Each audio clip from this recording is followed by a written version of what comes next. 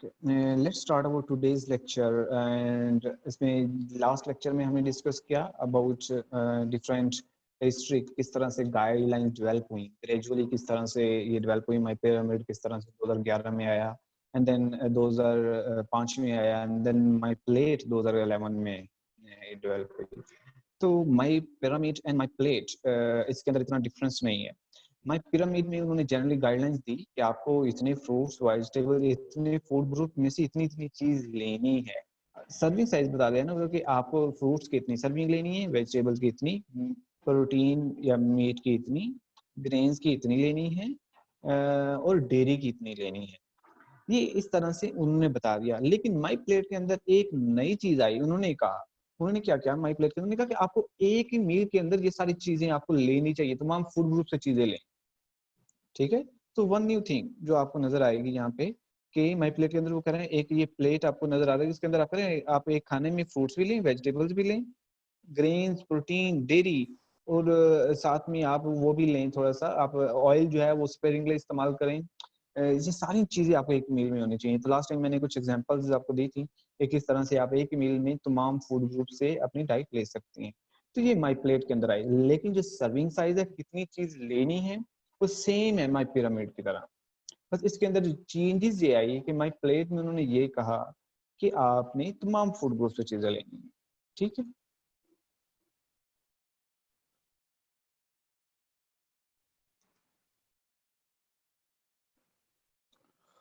Okay.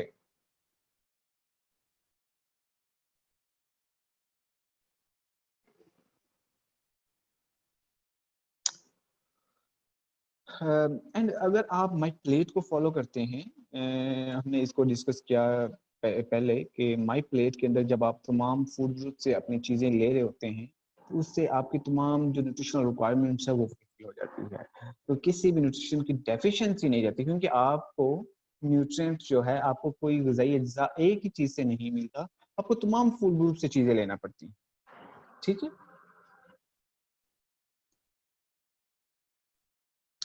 चलिए ये जो है ये पाकिस्तानी डाइटरी गाइडलाइंस हैं। आपकी पाकिस्तानी डाइटरी गाइडलाइंस आई 2018 में। I will share a complete, वो जो एक है कंप्लीट डॉक्यूमेंट पीडीएफ फाइल मैं आपके साथ शेयर करूंगा।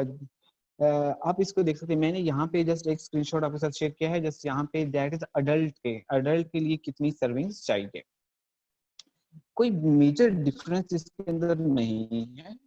वो तो आपको थोड़ा सा डिफरेंस आएगा ग्रेन्स के अंदर, जो मैं आपको बताऊंगा कि उसके अंदर क्या डिफरेंस है। बाकी इसके अंदर और कोई मेजर डिफरेंस नहीं आया। यहाँ पे देखिए पाकिस्तानी गाइडलाइंस आई 2018 में। उसके मुताबिक आपको मिल्क जो है, मिल्क प्रोडक्ट्स 2 से 3 सर्विंग्स लेनी है। ठीक है, जैसे कि हमने पहले उसके अंदर डिस्कस किया, उन्होंने कहा 3 लेने हैं, 3 कप्स लेने हैं। यहाँ पे इन्होंने क्या कहा, आपने 2 से 3 लेने हैं। तो सर्विंग साइज क्या है, वही है 1 कप मिल्क इज 1 सर्विंग, या 1 कप योगर्ट, या 1 स्लाइस चीज, ये 1 सर्विंग है। तो इन्होंने सर्विंग साइज आप डिटेल में इसको बाकी भी पढ़ना है आपने। कि खीर जो है, खीर का यहाँ पे बताया हुआ है, खीर या फिरनी वो 1 कप जो है वो 1 सर्विंग है। इस तरह से उन्होंने कहा कि 1 कप जो दूध है वो आपको 150 कैलोरीज देता है। कितनी कैलोरीज देता है, 150 कैलोरीज, 150 कैलोरीज। अभी यहाँ पे थोड़ा सा मैं इसको एक्सप्लेन करूंगा कि जो दूध है 150 कैलोरीज तब देता है। अभी जो नई आया है, नई रिसर्च आई है, उसके मुताबिक ये 150 नहीं 160 कैलोरीज देता है। ठीक है, तो 160 कैलोरीज देता है। तो ये कब देता है, जब आप होल मिल्क ले रहे होते हैं। होल मिल्क मीन क्या, आपने उसके अंदर से इसको बॉयल करके ऊपर से जो उसकी फैट है, जो उसका क्रीम है वो उतारी नहीं है, तो उसको बोलते हैं दैट्स अ होल मिल्क। अगर आपने बॉयल करके क्रीम उतार दी है तो वो होल मिल्क नहीं रहेगा उस टाइम पे, क्योंकि आपने फैट उधर से निकाल दी है। तो वो उस टाइम पे वो कितनी कैलोरीज देगा, 100 कैलोरीज 1 कप में। ठीक है, तो दूध जो है कैलोरीज कितनी दे रहा है आपको, 160 कैलोरीज 1 कप में। आप 1 कप 250 ml वाले कप की बात हो रही है, वो आपको कितनी कैलोरीज देता है, 160, 160 कैलोरीज। और अगर आपने उधर से ऊपर से क्रीम उतार दी, मलाई उतार दी, फैट उतार दी, तो वो फिर कितनी कैलोरीज देगा, 100 कैलोरीज 1 कप में। ठीक है, सीरियल जहां पे है कि आपको 4 से 5 सर्विंग्स लेनी है, यहाँ पे थोड़ा सा डिफरेंस आपको मिलेगा। वहां पे क्या था, वहां पे था कि सर्विंग साइज जो है वो कितना है, 1। ठीक है, हम उसकी डिस्कस करते हैं, डिब्बे वाले दूध will discuss on it, just 1 minute. यहाँ पे है कि सीरियल जो है वो वहां पे था कि एक ब्रेड जो है वो 1 सर्विंग के इक्वल है। ठीक है, वहां पे ये था। यहाँ पे क्या है, यहाँ पे आपको देख रहे होंगे कि यहाँ पे है 2 स्लाइस ब्रेड इज 1 सर्विंग। तो यहाँ पे डिफरेंस क्या आया कि वहां पे उन्होंने, यहाँ पे उन्होंने कहा कि 2 अगर आप ब्रेड लें तो वो 1 सर्विंग के इक्वल है। यहाँ पे उन्होंने कहा, वहां पे उन्होंने कहा 1 ब्रेड 1 सर्विंग के इक्वल है। दोनों चीजें सेम है, कोई डिफरेंस नहीं आया इसके अंदर। वो कैसे, यहाँ पे देखें, एक ब्रेड के अंदर उन्होंने इस चीज को आपको नोट करना है कि ये वाली, मैं थोड़ा सा बड़ा करता हूँ इसको, यहाँ पे देखेंगे आप इस चीज को, ग्राम कार्बोहाइड्रेट, कार्बोहाइड्रेट के ग्राम कितने हैं, मैं इसको एक टेबल की फॉर्म में आपको एक्सप्लेन करता हूँ, इसी चीज क्लियर हो जाएगी आपको।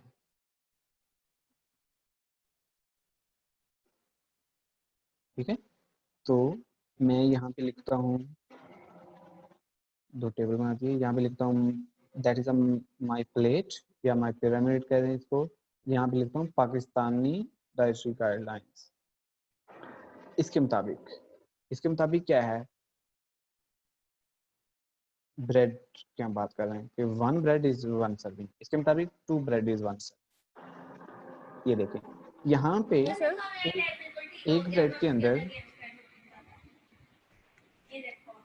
मैं क्वेश्चन लेता हूँ, जस्ट 1 मिनट, मैं इसको एक टेबल को एक्सप्लेन करता हूँ। नहीं सर, मैंने बस ये कहना था कि सर आप व्हाइट बोर्ड पे कर दें, ये बहुत कंफ्यूजिंग हो रहा है, इतना क्लियर नजर नहीं आ रहा। ओके ठीक है ठीक है।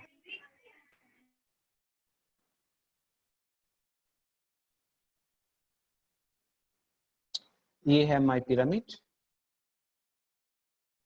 And this one is a Pakistani dietary guidelines. ठीक है, ये 2 चीजें होंगी। यहाँ पे माय पिरामिड के मुताबिक ब्रेड की जो सर्विंग साइज है that is a 1 bread is 1 serving, but यहाँ पे क्या है, 2 ब्रेड इज 1 सर्विंग। अभी जो एक कार्बोहाइड्रेट, इस ब्रेड के अंदर कार्बोहाइड्रेट्स कितने हैं, अभी हम उस पॉइंट पे आ रहे हैं। इसके अंदर कार्बोहाइड्रेट, प्रोटीन और फैट कितनी है। एक ब्रेड के अंदर, एक ब्रेड के अंदर जो कार्बोहाइड्रेट्स हैं, कार्बोहाइड्रेट्स, प्रोटीन, फैट, एक ब्रेड के अंदर जो कार्बोहाइड्रेट्स हैं वो हैं 15 ग्राम, प्रोटीन जो है एक ब्रेड के अंदर 3 ग्राम, फैट जो है वो 1 ग्राम। ये है एक्चुअल, जो कि रिसर्च के मुताबिक ये है, ऐसे है कि एक ब्रेड जो है उसके अंदर कार्बोहाइड्रेट कितने हैं, 15 ग्राम, प्रोटीन कितनी है, 3 ग्राम, फैट कितनी है, 1 ग्राम। अभी यहाँ पे अगर आप पाकिस्तानी जो गाइडलाइंस है उसमें देखें, उन्होंने लिखा हुआ है कि जो सर्विंग साइज है 2 ब्रेड, उसके अंदर जो कार्बोहाइड्रेट है वो है 30 ग्राम एक सर्विंग के अंदर, प्रोटीन जो है वो है 6 ग्राम, फैट जो है वो है 2 ग्राम, 0 to 2 ग्राम। यहाँ पे क्या है, एक ब्रेड है तो एक ब्रेड के अंदर आपको कार्बोहाइड्रेट हमने कितनी कही, 15 ग्राम, प्रोटीन 3 ग्राम, फैट 1 ग्राम। तो उसके अंदर एक्चुअली उन्होंने जस्ट ये किया कि ब्रेड का साइज जस्ट सर्विंग साइज को बढ़ा दिया। अब सर्विंग साइज क्या है, सर्विंग साइज को जस्ट किया, लेकिन उसके अंदर जो अमाउंट ऑफ कार्बोहाइड्रेट्स, प्रोटीन और फैट है वो सेम ही है, उतनी ही है एक्चुअल में जितनी वो बयान की गई है, लेकिन जो असल में जो उसका सर्विंग साइज है जस्ट उसको चेंज किया। तो मैं यहाँ पे बताना ये चाह रहा था, मैं उसको दोबारा से उसी फाइल पे आता हूँ।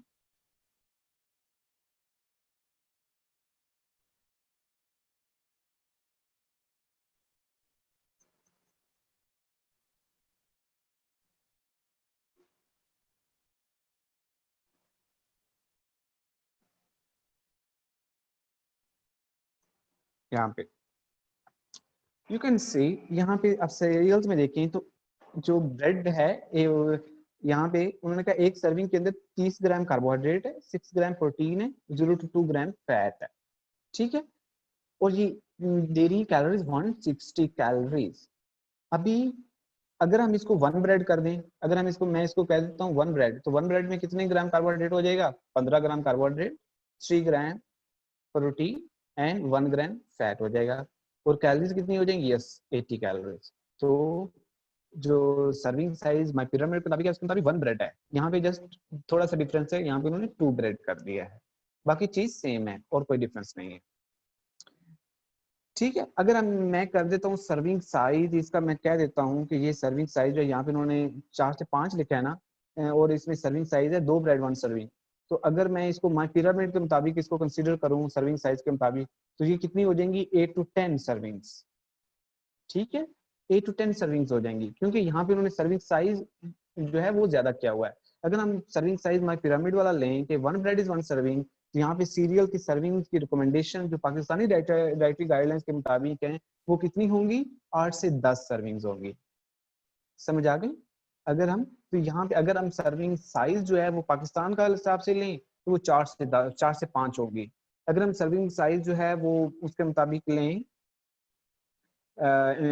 जो आपका माय पिरामिड के मुताबिक, तो आपकी टोटल सर्विंग्स जो सीरियल्स की आपको लेनी होंगी वो 8 से 10 सर्विंग्स लेनी होंगी। ठीक है, चले।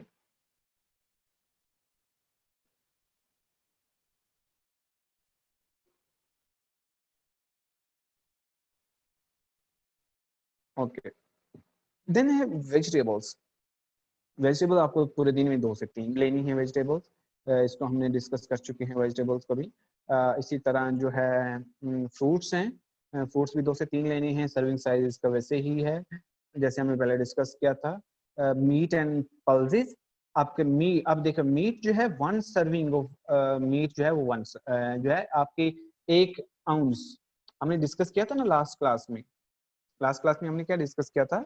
वी डिस्कस अबाउट, 2 चीजें हमने डिस्कस की थी वहां पे। अब यहाँ पे इसके अंदर एक और डिफरेंस आया है, यहाँ पे आपको ये देखना है। वहां पे हमने एक चीज डिस्कस की, हमने कहा 2 चीजें होती हैं। एक होती है, लास्ट टाइम मैंने एक्सचेंज का आपको डिटेल में नहीं बताया था, तो अभी मैं उसको बता देता हूँ, बट आप कंफ्यूज ना हो जाएं। सर्विंग साइज जो माय पिरामिड के मुताबिक है मीट का, सर्विंग साइज वो क्या है? It's not writing. मीट का सर्विंग साइज जो है वो क्या था? 3 आउंस इज 1 सर्विंग। ठीक है, लेकिन पाकिस्तानी गाइडलाइन के मुताबिक क्या है? 28 ग्राम मीट, मतलब कि 1 आउंस इज 1 सर्विंग। समझ आ गई? तो एक और डिफरेंस यहाँ पे आ गया पाकिस्तानी डाइटरी गाइडलाइंस का, कि यहाँ पे जो सर्विंग साइज है, सर्विंग साइज जो हम डिस्कस कर रहे हैं वो क्या है? यहाँ पे 1 आउंस इज 1 सर्विंग है, लेकिन माय पिरामिड में क्या था? 3 आउंस इज 1 सर्विंग। तो आपको पूरे दिन में 2 से 3 सर्विंग्स यहाँ पे लेनी होगी। ओके, ठीक है, ये था पाकिस्तानी डाइटरी गाइडलाइंस की कुछ पॉइंट्स है अडल्ट्स के लिए। अब ये हर एज ग्रुप का वेरिएशंस आई हुई है, हर एज ग्रुप में रिक्वायरमेंट्स थोड़ी थोड़ी डिफरेंट वेरी करती जाती हैं, वो आप जो देख सकते हैं, और मैं आपके साथ शेयर करूंगा तो आप उधर से डिटेल में उसको पढ़ेंगे। ठीक है, और इसके बाद जब आप आगे जाएंगे, जब आप डाइट प्लान बनाना सीखेंगे, तो उसके अंदर आपको फिर इस कंफ्यूजन भी नहीं रहेंगे, और आप बड़ी अच्छी तरह से ये समझ सकेंगे उसको किस तरह से आप निकाल लेंगे इस चीज़ों को सारों। ओके, अब हम कुछ फूड ग्रुप्स को 1 बाय 1 डिस्कस करते हैं। ग्रेन्स, ग्रेन का जो ग्रुप है, जो भी आपके इसके अंदर आपके राइस, आपके व्हीट, होल व्हीट है, राइस है, आपके जितनी भी दालें हैं, ये सारी ग्रेन्स के अंदर आती हैं। ठीक है, अब ग्रेन आगे हमने इसको भी डिस्कस किया कि ग्रेन आपके 2 तरह के हैं, होल ग्रेन हो सकते हैं, रिफाइंड ग्रेन हो सकते हैं। अब होल ग्रेन और रिफाइंड ग्रेन में फर्क आपको याद होगा कि हमने कहा था होल ग्रेन से अगर आप उसका वो ऊपर से वो फाइबर निकाल देना, और तो पीछे क्या बचता है? Refined grain. मैं इसको अभी इसको एक्सप्लेन करने जा रहा हूँ बड़े अच्छे अंदाज में, मतलब कि आपको बड़ा क्लियरली आपको समझ आ जाएगा कि what's difference between whole grain and refined grain. यहाँ पे देखिए, ये एक ग्रेन बनाया उन्होंने, उन्होंने कहा है ग्रेन के अंदर उसके मौजूद होते हैं, उसके एक्चुअली मेन 3 कंपोनेंट्स हैं, एक ब्रेन है, एक एंडोस्पर्म है और एक जर्म है, ये 3 पार्ट्स हैं उसके, ठीक है। तो एंडोस्पर्म में दैट्स एक्चुअली मेन, इसके अंदर जो स्टार्ची कंटेंट है वो होता है। Brain actually it's a fibre, और जर्म ये वो मेन पार्ट है जो कि that actually reproduce into complete plant, और इधर से जो है सीड जो एक्चुअली दैट जर्म जो है that actually germinate into a plant, ठीक है। तो ये इनका मेन जो है वो पार्ट होता है इस ग्रेन का। तो अभी जो है डिफरेंस क्या है, ब्रेन ब्रेन के अंदर आपको फाइबर मिलेगा, फाइबर होता है मौजूद, उसके अंदर बी वाइटामिन होते हैं, बी वाइटामिन आपको चाहिए होते हैं जितने भी आपकी मेटाबॉलिज्म है आपको, हमने बी वाइटामिन डिस्कस किए थे, उनके अंदर आपको कार्बोहाइड्रेट, प्रोटीन्स, फैट्स, आपको इनकी मेटाबॉलिज्म के लिए, आपको इनसे एनर्जी निकालने के लिए, इनसे गजाई अज्जा लेने के लिए आपको ये बी वाइटामिन चाहिए होते हैं, तो मेटाबॉलिज्म के लिए आपको चाहिए होते हैं। मिनरल्स, डिफरेंट मिनरल्स इसके अंदर मौजूद होते हैं ब्रेन के अंदर।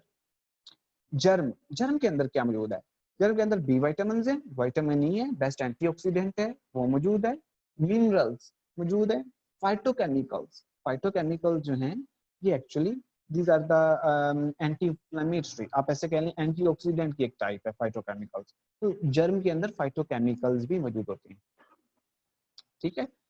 एंडोस्पर्म की बात करें तो एंडोस्पर्म में क्या है, कार्बोहाइड्रेट्स है, प्रोटीन है और बी वाइटामिन है। तो अब जब आप रिफाइन कर देते हैं ना चीज को, रिफाइन कर देते हैं, तो इससे क्या होता है, ड्यूरिंग प्रोसेसिंग ब्रेन भी निकल जाता है, जर्म भी निकल जाता है, पीछे बच जाता है सिर्फ एंडोस्पर्म।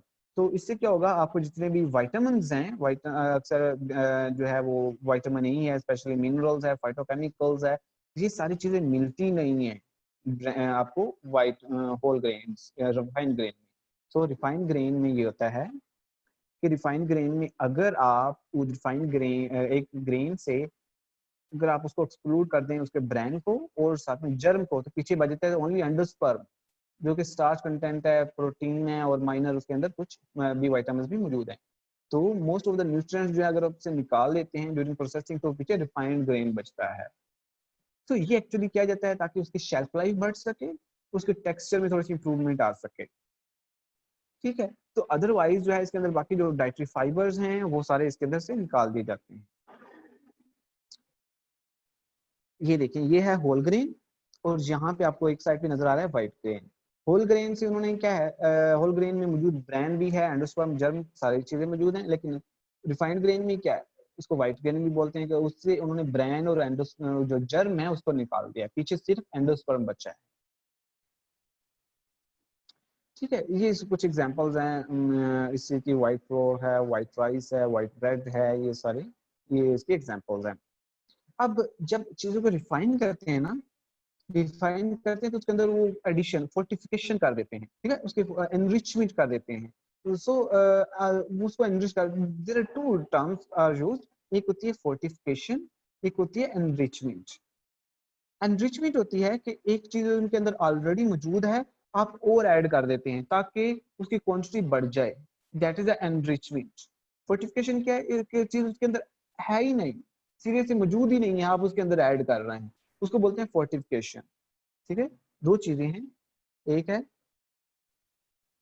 फोर्टिफिकेशन, दूसरी चीज है एनरिचमेंट। एनरिचमेंट क्या है, एक चीज पहले मौजूद है, आप उसके अंदर और ऐड कर रहे हैं, तो वो क्या होगी, एनरिचमेंट होगी। फोर्टिफिकेशन क्या है, एक न्यूट्रिएंट ऑलरेडी मौजूद ही नहीं है, आपने उसके अंदर और ऐड करना है, तो वो क्या होगी, फोर्टिफिकेशन होगी। सो एनरिचमेंट कर दी जाती है इसकी, लेकिन फाइबर की एनरिचमेंट नहीं होती, बाकी सारी चीजों की, आप वाइटामिन की एनरिचमेंट हो जाती है, फोर्टिफाइड चीजें हो जाती है, आप उसको ग्रेन को फोर्टिफाई कर सकते हैं। आपको कितने ग्रेन चाहिए, ये क्वेश्चन है। ये वेरी करता है आपके वेट के हिसाब से, आपकी कैलोरी रिक्वायरमेंट के हिसाब से, हर पर्सन टू पर्सन उसकी रिक्वायरमेंट वेरी करती है। बट क्वेश्चन है, हमें यहाँ तो हमें उन्होंने बताई हुई है कि आपको पूरे दिन में पाकिस्तानी डाइटरी गाइडलाइन के मुताबिक 4 से 5 सर्विंग लेनी है, या फिर अगर हम माई पिरामिड के हिसाब से देखें इसको, पाकिस्तानी डाइटरी गाइडलाइन को आपको 8 से 10 लेनी है या 5 से 6 लेनी है, इतनी इसी रेंज में जाती हैं। और कुछ समटाइम जगह पे 6 से 11 रेंज बताई होती है कि इतनी लेनी है आपने, तो यहाँ पे तो ऐसे बताई होती है। तो फिर ये चीज आप सीखेंगे जब आप डाइट प्लान बनाना सीखेंगे, वहां पे हर बंदे की एग्जैक्ट आपको पता चलेगी कि आपको एग्जैक्ट कितनी सर्विंग चाहिए। रेंज में नहीं, एग्जैक्ट 8 चाहिए, 10 चाहिए, 12 चाहिए, 6 चाहिए, 7 चाहिए, कितनी चाहिए एक बंदे को, वो आप तब सीखेंगे। अभी आप एक रेंज, एक जनरल पॉपुलेशन को इस रेंज में चाहिए होती है, अभी आपको जैसे ये पता चलेगा। लेकिन आपको हाफ ऑफ द ग्रेन्स जितने आप ले रहे हैं, सपोज आपको रिक्वायरमेंट है 8 सर्विंग्स, आप उसके लिए 4 सर्विंग होल ग्रेन्स की होनी चाहिए, ताकि फाइबर रिक्वायरमेंट आपकी फुलफिल होती रहे, क्योंकि ये जो है बेस्ट सोर्स है फाइबर का। यहाँ पे एज वाइज जो है वो इन्होंने बताया हुआ कि एज वाइज आपको कितनी सर्विस चाहिए, but I will share documents for Pakistani dietary guidelines, आप उसको वहां से भी पढ़ सकते हैं। रिकमेंडेशन जहाँ पे है, ये देखिए फीमेल्स के लिए है कि 5 to 6 आउंस तक आप ले सकते हैं, मेल्स के अंदर है कि 6 to 8 आउंसेज जो सर्विंग्स आप ले सकते हैं इसके होल ग्रेन्स की, बट इट वेरीज, कुछ लाजमी नहीं है कि आपको इतनी ही लेनी है, हर जैसे अभी मैंने बताया कि जेंडर टू जेंडर आपके इसके अंदर वेरिएशन जरूर आएगी। ओके, हमने इसको पहले डिस्कस किया, 1 slice of bread is 1 serving, half chapati 1 serving, half cup cook rice, cook pasta या सीरियल और 1 सर्विंग के इक्वल है।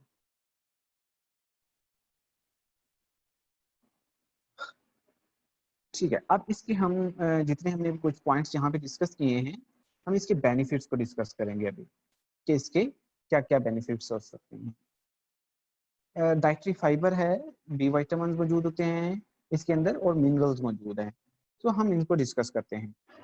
डाइटरी फाइबर, डाइटरी फाइबर ये ऐसा कंपोनेंट है जो कि खुद डाइजेस्ट नहीं होता, ये फूड को डाइजेस्ट करने में हेल्प करता है।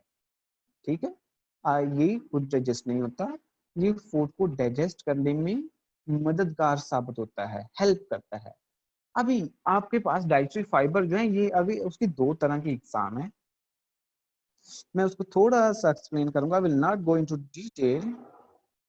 सोलूबल फाइबर, एक होता है इनसोलुबल फाइबर।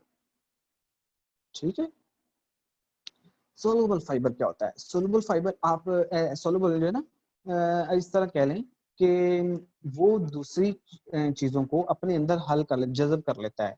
आप सोलुबल फाइबर किसी को अगर जो है मैं ये कहूँ कि पानी को अपनी तरफ खींचता है, अपनी तरफ जज़ब कर लेता है, that is a soluble fibre. ऐसा है कि अगर किसी को डायरिया हुआ हो ना, तो आप सोलुबल फाइबर देंगे, सोलुबल फाइबर से क्या होगा, वो उस चीजों को अपनी वाटर जो डायरिया है उसको कम कर देगा। क्यों? क्योंकि ये फाइबर जो है उसको अपनी तरफ जो है अब वाटर को अब्सॉर्ब कर लेगा, और जिससे जो है डायरिया की कंडीशन जो है वो कम हो जाएगी। इनसोलुबल क्या चीज होती है? इनसोलुबल ये है कि अपने से अब्सॉर्ब नहीं करता चीजों को। ठीक है, ये चीजों की जो मूवमेंट है, मटेरियल की, उसको बढ़ा देता है। अगर किसी को कॉन्स्टिपेशन हुई हो तो इनसोलुबल फाइबर दिया जाता है, ताकि वो जल्दी से उसकी मूवमेंट में वो हेल्प करे। So that is the fibre, कि आपकी ये डाइजेशन में हेल्प करता है। ठीक है, दूसरी चीज, फाइबर सिर्फ डाइजेशन के लिए नहीं होनी, सिर्फ ये आपकी जो ब्लड कोलेस्ट्रॉल है उसको भी कम करता है, ये कोलेस्ट्रॉल की अब्जॉर्प्शन को कम कर देता है। पहली बात, कोलेस्ट्रॉल के अब्जॉर्प्शन को कम करते हुए ये वेट लॉस में इफेक्टिव है, ये हार्ट डिजीजेज में इफेक्टिव है, और एक अहम और चीज, ये टाइप 2 डायबिटीज के में भी इफेक्टिव है। अभी हम इसको वन बाय वन डिस्कस करते हैं। अच्छा, सोलुबल फाइबर और इनसोलुबल फाइबर में फर्क क्या है? ये देखिए, 2 तरह की है सोलुबल। सोलुबल अपने अंदर पानी को जज़ब कर लेगा। ठीक है, पानी को अपने अंदर जज़ब कर लेगा, that is a soluble fibre. अभी आपको डायरिया हुआ है, किसी को डायरिया हुआ है, तो जब डायरिया की कंडीशन में सोलुबल फाइबर देंगे तो क्या होगा, वो जो एक्स्ट्रा वाटर जो वाइटरी डायरिया हुआ है पानी को अपने साथ जज़ब कर लेगा, फूड ऐसा ऐसा पास होगी, तो डायरिया सही हो जाएगा, कंडीशन इससे बेहतर हो जाएगी। एक हुआ इनसॉल्युबल फाइबर। इनसॉल्युबल फाइबर क्या करता है, ये फूड को अपने अंदर जज़ब नहीं करता, ये फूड के साथ खुद अटैच होकर फूड को एक्सक्रीशन में हेल्प करता है। ठीक है, मैं इसको थोड़ा सा इसको एक्सप्लेन करूंगा, थोड़ा सा, एक मिनट।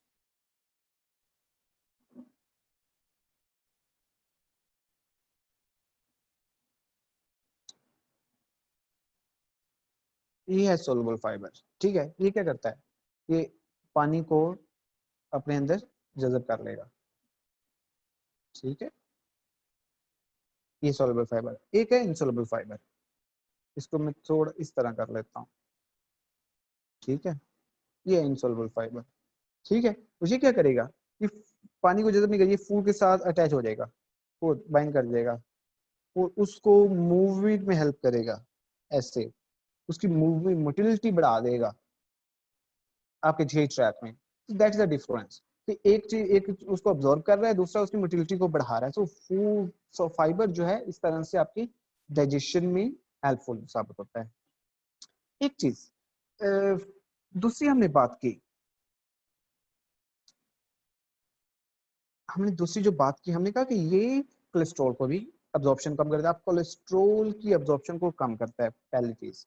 जब कोलेस्ट्रॉल अब्जॉर्ब नहीं होगा तो ये हार्ट डिजीज में भी इफेक्टिव रहेगा, और ये ओबेसिटी, वेट जो है, ओबेसिटी जो है वेट बढ़ाने में भी, वेट भी इससे कंट्रोल में रहेगा। ये दो पॉइंट भी हो गए। तीसरा पॉइंट है टाइप 2 डायबिटीज। टाइप 2 डायबिटीज में कैसे इफेक्टिव है ये जो है, अगर टाइप 2 डायबिटीज के अंदर जब आपका जो है ये ब्लड ग्लूकोज लेवल को जल्दी से ब्लड के अंदर इंक्रीज नहीं करता। सो हम इसी कंसेप्ट को डिस्कस करेंगे आफ्टर अज़ान। चलिए, हम डिस्कस कर रहे थे टाइप 2 डायबिटीज को, कि फाइबर टाइप 2 डायबिटीज में कैसे हेल्पफुल है। फाइबर ऐसे हेल्पफुल है कि फाइबर जो है ब्लड ग्लूकोज लेवल को जल्दी से ब्लड में इंक्रीज नहीं होने देता। वो कैसे, ये देखिए, मैं ये बना देता हूँ, यहाँ पे है जीआई ट्रैक, ये है जीआई ट्रैक, ठीक है। अब फाइबर क्या करता है, फाइबर ग्रेजुअली आपकी जो ब्लड ग्लूकोज लेवल है उसको अब्सॉर्ब करवाता है। ग्रेजुअली जो है ग्लूकोज को ना आहिस्ता आहिस्ता से ब्लड में जो है वो लेके जाता है, एकदम से नहीं। ऐसा नहीं कि आपने अभी जो है वो खाना खाया, आपने अभी जो है वो खाना खाया और फौरी तौर पे ब्लड जो है वो 160 पे पहुंच गया, ऐसा नहीं होता।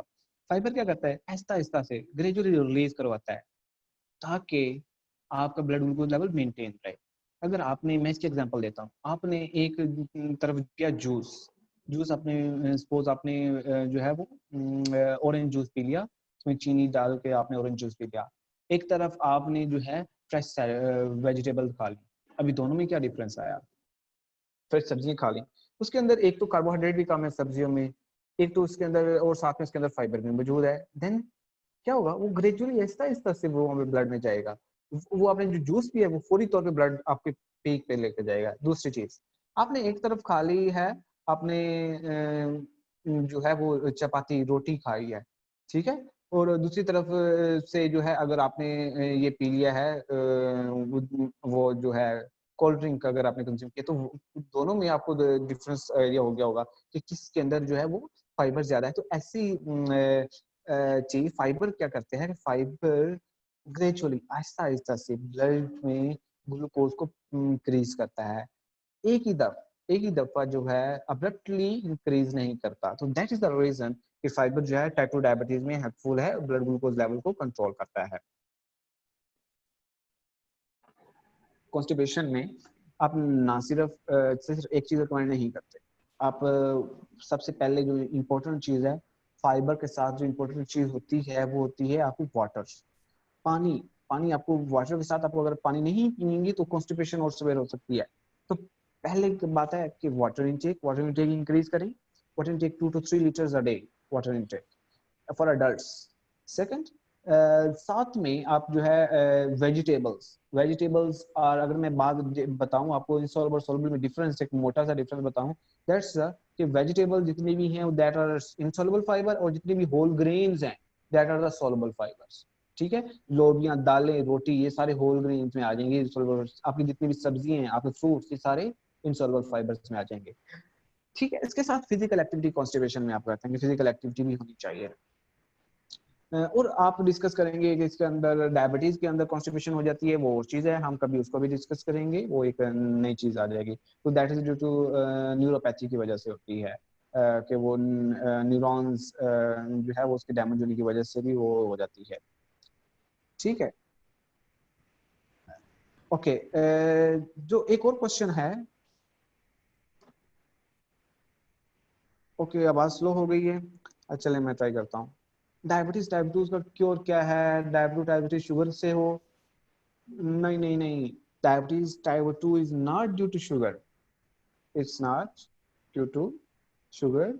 आप ये देखें, टाइप 2 डायबिटीज एक्चुअली होता क्या है कि पेंक्रियाज, आपके जो पेंक्रियाज है, इन टाइप दो तरह की टाइप होती हैं, टाइप 1 टाइप 2। टाइप 2 में आपके जो है इंसुलिन बन रही होती है, बस इंसुलिन रेजिस्टेंस हो जाती है, इंसुलिन अपना काम नहीं करता। टाइप 1 में इंसुलिन ही नहीं होती, ठीक है। अब जब इंसुलिन का काम है कि ग्लूकोज को सेल में लेके जाना, जब इंसुलिन ही नहीं काम करेगी तो ग्लूकोज सेल में नहीं जाएगा, इसकी वजह से आपका ग्लूकोज ब्लड में भी चला जाएगा, ज्यादा चला जाएगा।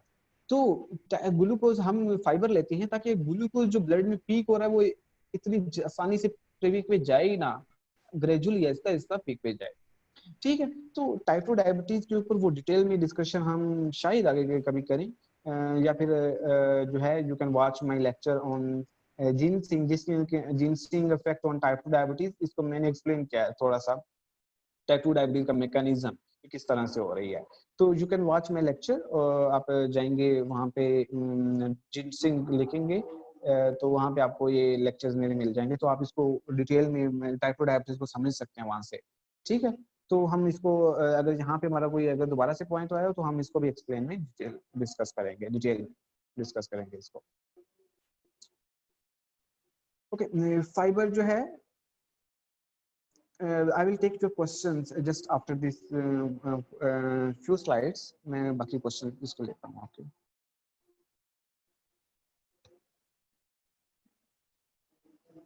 जस्ट फ्यू मिनट्स के बाद आपके क्वेश्चन में इसको एक्सप्लेन करता हूँ, ठीक है।